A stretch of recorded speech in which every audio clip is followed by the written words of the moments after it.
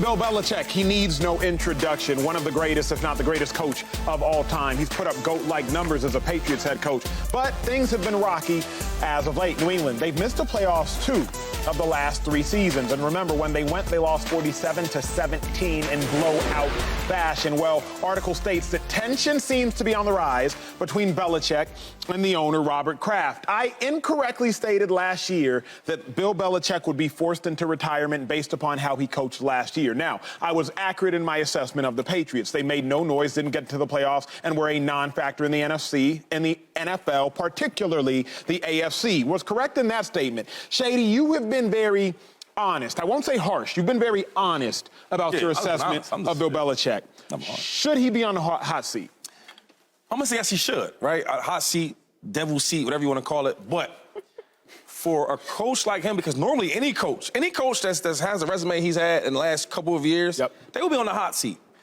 But he's done so much great things in the past where you can't put him on the hot seat. So I'm going to say yes to any other coach, but to Belichick, you can't put him on the hot seat. Just because, like, I mean, he's done so much. It's like, so certain coaches like that has to be a mutual agreement. All right, I'm going to step down. You know, I'm older. I got other things in my life. Kraft, okay, cool. And then, you know, they shake hands and that's it. But to put him on the hot seat, like, got to get rid of him, it would be crazy to the Patriots. Because his thing is like, well, look, I did so much for this franchise, like all these championships. It would be a hard argument. Now, for me, right, I mean, I would do it. Because I don't see them getting better. Yeah. Like, they used to be playing in championship games. They used to be playing the Super Bowl. They used to be a dominant team. They used to be a dominant franchise. Them days over with. You seen Tom Brady having a great time 4th of July. And he's not coming back no time soon. Looks like he's enjoying his retirement. And if he's not coming back, we know what Bill Belichick is without Tom Brady. And it's not me speaking, it's the stats. He's not even enough. He's barely touching 500. So no doubt about it. To put him on the hot seat, I would, but I think it's a hard case, I think, for a guy like Robert Kraft being the owner. Yeah, you can't fire him. You just can't. You can't do it. I think even Shady would be like, I mean, that's rough. Fire Bill Belichick? You know, he's earned the right to be there as long as he wants. From the past. So as long as he wants, this is where I'm conflicted. I think self-awareness is a very important trait to have as an adult. To know when something is over, to know when something has passed, to want to leave on your own terms. And particularly in sports, we talk about this a lot. We don't like seeing greats crawl to the ends or go off a cliff, but we also respect that you only have a certain amount of time in your life to do these things. You only have a certain amount of time to coach. You only have a certain amount of time to play. So we try to give grace, particularly to greats, which Bill Belichick has won a lot, and particularly with that organization represents a dynasty. So you can't fire him. So my hope would be that Belichick would want to leave on his own terms if this continues in the direction that we all feel it will / it's going to. The league has changed, and Brady's not walking back in the door. He's chilling. So you can't fire him. Like, you just can't do it.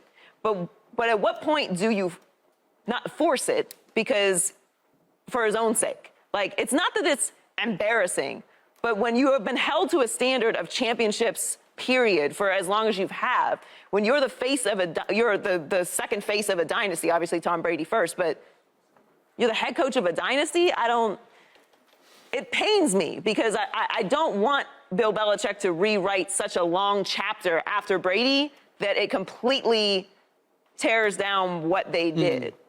I'm with you. You can't fire him, but no great coach typically gets fired. You might be, if you're a historian, say Tom Landry when Jerry Jones first took over the job. But if you think of college football Hall of Fame coaches or NFL Hall of Fame coaches, they will mutually agree to part ways. Right.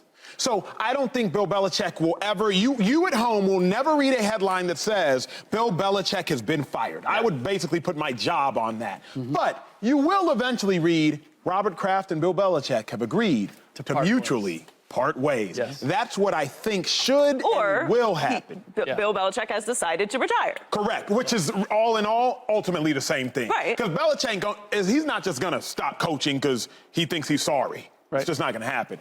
But Robert Kraft might be like, "Hey, big dog, you ain't got to go home. Right. But you got to get that up out of here." Look, this is what I struggle with. Is I don't believe that Bill Belichick has to rebuild the Patriots into a multi-championship team in order to protect his legacy. But it's what Shady said at the very beginning. The problem that I see right now is I don't see them improving. I'm not surprised. Like, I am neither surprised that they have fallen off with Tom Brady leaving, nor do I think that Tom Brady is the only reason that they've fallen off. They lost a lot of talent. A lot of talent went out the door, and talent didn't come back without Brady there. Guys weren't signing there at the same level when they knew that I'm going to play with Tom Brady. Sure, that's true. Just not the same attraction. That's part of Tom Brady being Tom Brady. Understood, but the idea that all the talent was there and Tom Brady left and they should still be good because it's everything but Tom Brady. They got one of the best coaches of all time. Okay. Listen, I'm just being serious, though. People, when you say these things like, well, you know, when they argue if this was Tom or was Belichick or was both of them, my thing is this. Okay, so Tom leaves. Yeah. Don't talk about the championship. But when we look at the Patriots, I don't see like no development.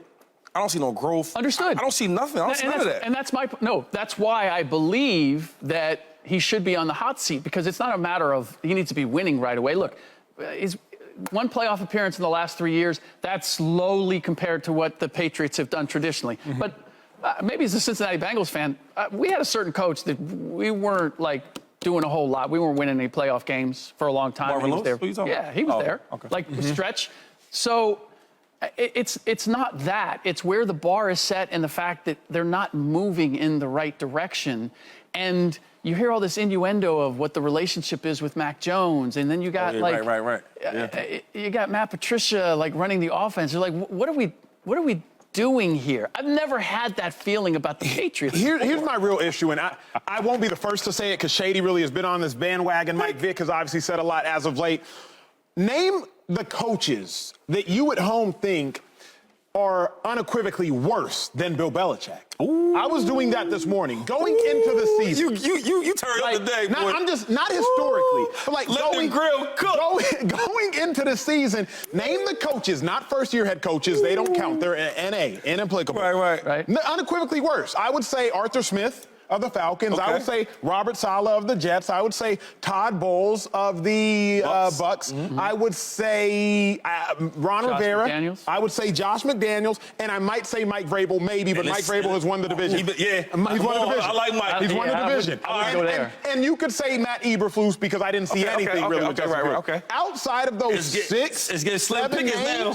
I can't say that anybody is unequivocally worse in 2023. America, I'm not talking about 2020 through 2000 through 2020. Yeah. I am talking about the year that we are currently in. Yeah. Name the coaches that you would say, nah, give me Bill Belichick over him. Because I'm just not taking them. Taking that take from now on. We're also we're not able to have comparative, nuanced conversations about Bill Belichick because he's won 6 championships. So the idea that he doesn't have to win the division right now, or he can have a few years to rebuild, but that already happens. Like, Brady's not been there for going on his 4th year now. It's going on the 4th year. Yeah. You should be in a good space by now. You should be moving in the right direction. You should be moving in the right direction. Yeah. You should be more than moving in the right direction. And the reason for that is, whether it's realistic or not, you're Bill Belichick. This is the New England Patriots, the team that you penned in, who was favored to win the Super Bowl every single year for like 2 decades. So we can't sit here and say, oh, well, he's got to try and improve and get talent. Yeah, we gave you that pass when Brady left years ago. Now you last in the division. I was a different person then, okay, when that happened. We all were.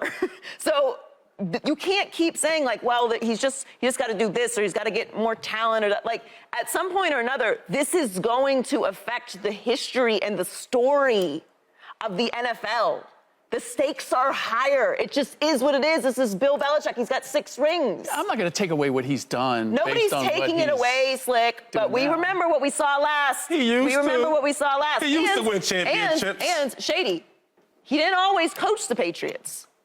So we had Belichick before Brady. Don't want to talk about that. We had. People forget about that one. They don't want to talk about that one. It's like year zero, right? Like AD, right? Like AD, right? When Brady arrived, and we had pre-Brady. So we got evidence of before. We got BC and AD, Correct. and here's Brady. Correct. So we have not great evidence. BC. We got AD, and then we got whatever. I don't know where we are after Brady leaves, whatever you want to call that. We're not there yet. I guess that's after the I like this take. the I rapture. like that. Okay. So we have lots of information that we're going to have a hard time compartmentalizing it when it comes to legacies. Like I don't like fair. Nothing's fair. It's just what we do. Well, this is what I attribute what we're seeing with Bill Belichick is that the game and the league have moved on. Yeah. And he has not adjusted because I look at Pete Carroll. Like that's the one that stands out to me. Like Pete Carroll, I kind of put in that same category. Been around forever, tremendous amount of success. Obviously, not to the same level as Belichick. Nick Saban, college football, totally adjusted. But with Carroll, like I feel like the Seahawks are moving in the right direction. I agree with that. Right? It's I see something happening there, and what I see since Tom left is stagnation and questions. But the question is, Andy Reid. Andy Reid's he's an old guy too. it's all shady to me about. He young compared to them. Andy getting busy though everywhere he goes. Because it's all to me though about can you coach and develop a quarterback? And Bill Belichick has not shown a propensity to do that outside of Tom Brady. Right. And he saw in Tom Brady what no other person did prior to the 6th round. I can't give Belichick that much credit for what he did with and for Tom Brady. I'm going to give that to Tom Brady. Tom Brady's a man who can stand on his own 2 feet. But even with Pete Carroll, the reason we have hope in them is because of what he did with Geno Smith. Let's not get it twisted. When it was Geno Smith and Drew Lock, and we were like, yo, they about to start Drew Lock, we wouldn't have any faith in Pete Carroll, if not for what he did with Geno Smith. Andy Reid is because whatever quarterback he touches, Donovan McNabb, Kevin Cobb or Kyle Cobb? Kevin Cobb, Mike Vick, Nick Foles, Alex Smith, Patrick Mahomes, whoever he touches at quarterback turns into gold. AJ Philly. Sean Payton, whoever he touches at quarterback turns into gold. But when you think about Bill Belichick, Bledsoe wasn't gold when Tom Brady was taking over. Matt Castle wasn't gold over there. Jimmy Garoppolo wasn't gold. Jacoby Brissett wasn't gold. Mac Jones wasn't gold. So Cam Newton wasn't gold. Jared Stidham wasn't gold. Brian Hoyer wasn't gold. I can do this for a long time now, America. That is really the dilemma for me, Slick. But how much of that is that the game has shifted toward the importance of the quarterback? But because it is that. But if as a coach, it's your responsibility to keep up with your sport. No, I get that. That's why I mentioned Nick Saban, because Nick Saban wasn't on that for a long time. He was just whoever's out there playing quarterback, whatever. And then the college game shifted to being more heavily in favor of the quarterback, like the pros. Right. And now every year we got Alabama quarterbacks being drafted because Saban was like, hold up now, this doesn't look the same. No. And then he changed and shifted. You have to be able to adjust, especially as an all-time great, when your business changes, and he's not. Understood. But again, I feel like we're finding a way to sign